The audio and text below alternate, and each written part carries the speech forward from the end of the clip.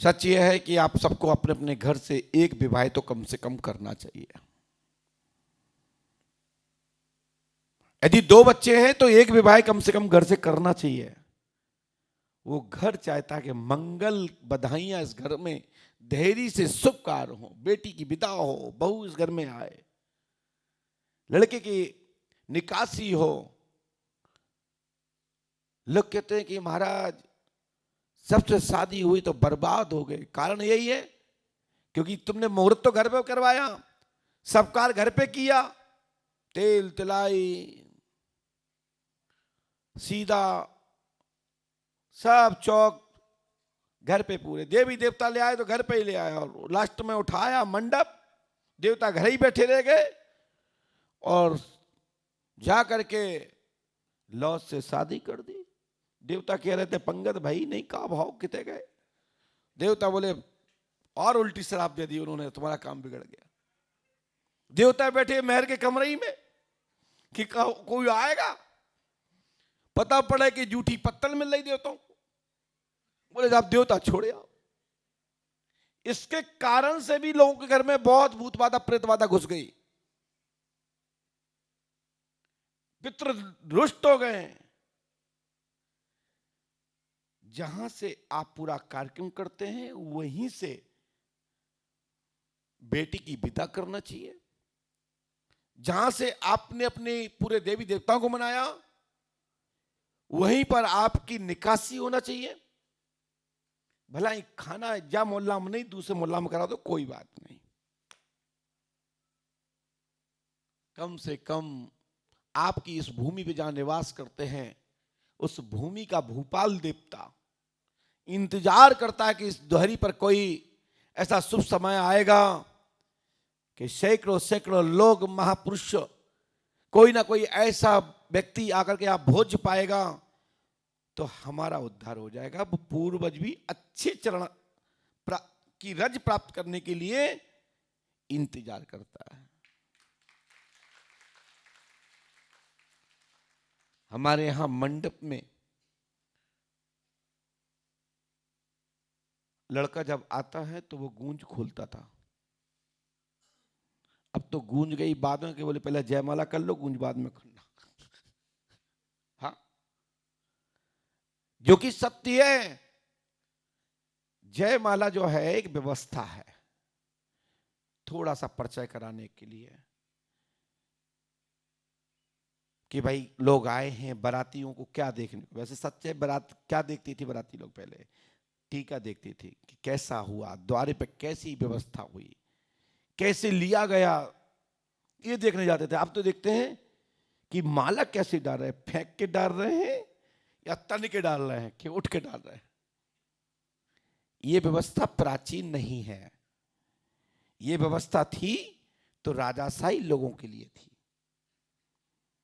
महाराजाओं के लिए थी, स्वयंवर की व्यवस्था थी। उसमें एक बार नियुक्त नहीं होता था, उसमें ये जाता था जो एक प्रतिज्ञा को पूरा करेगा वही इस बेटी का बरेगा, वही बेटी उसको गले में जयमाला डालेगी, उसको स्वीकार करेगी।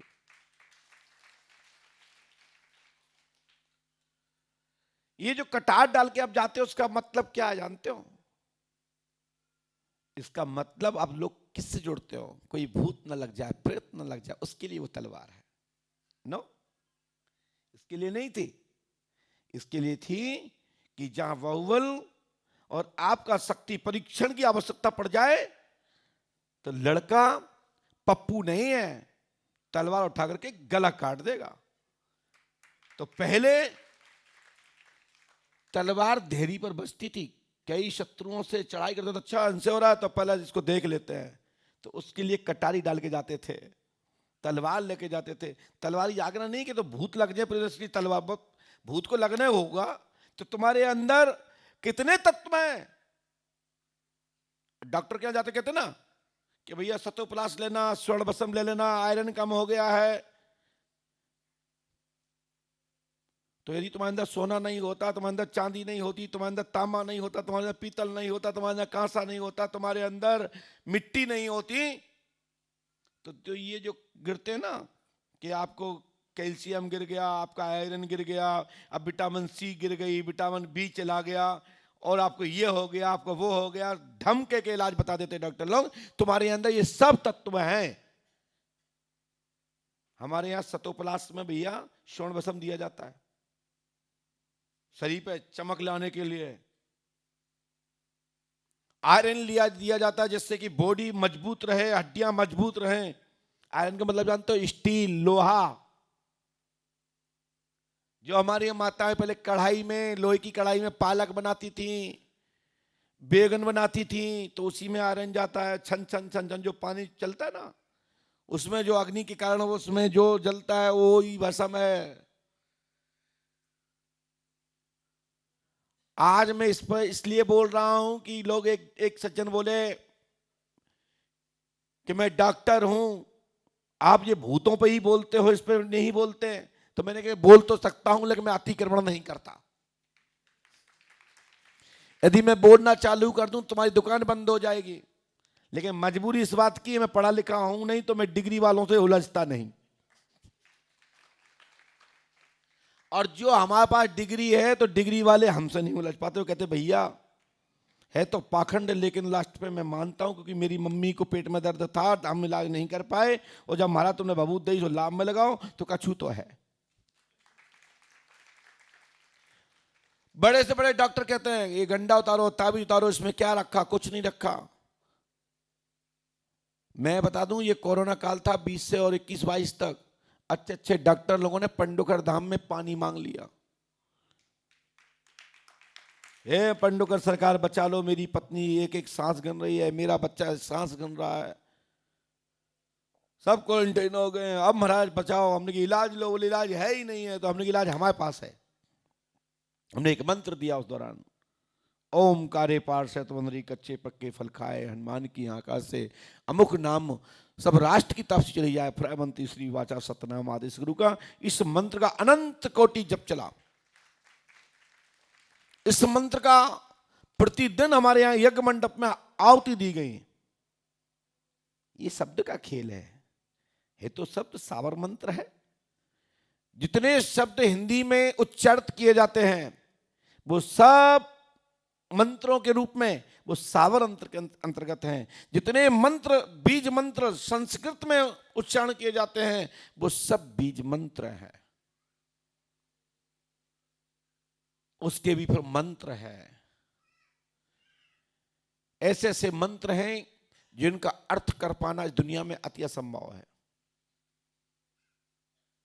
हमने एक बार, मेरी लंबी मुलाकात कभी किसी तांत्रिक से हुई, तो बोले तुम्हारे मंत्र में क्या ताकत है? तो मैंने कहा हमारे मंत्र में बहुत ताकत है, तुमने कभी सोचा नहीं होगा। तो मैंने बोले मैंने संस्कृत से डबल MA किया है, हम एक एक शब्द का मर्म जानते हैं। तो मैंने कहा बताओ ओम ठरा ठरी ठुरु ठराट ओम फट कुरकुरु स्वाहा, बताओ उसका अर्थ क्या है? बताओ। सो कह रहा है ये तो शनि का है, ये तो बुद्ध का है। मैंने कहा तुम्हारा शनि का है ना बुद्ध का है, वो हम भी जानते किस किस का है।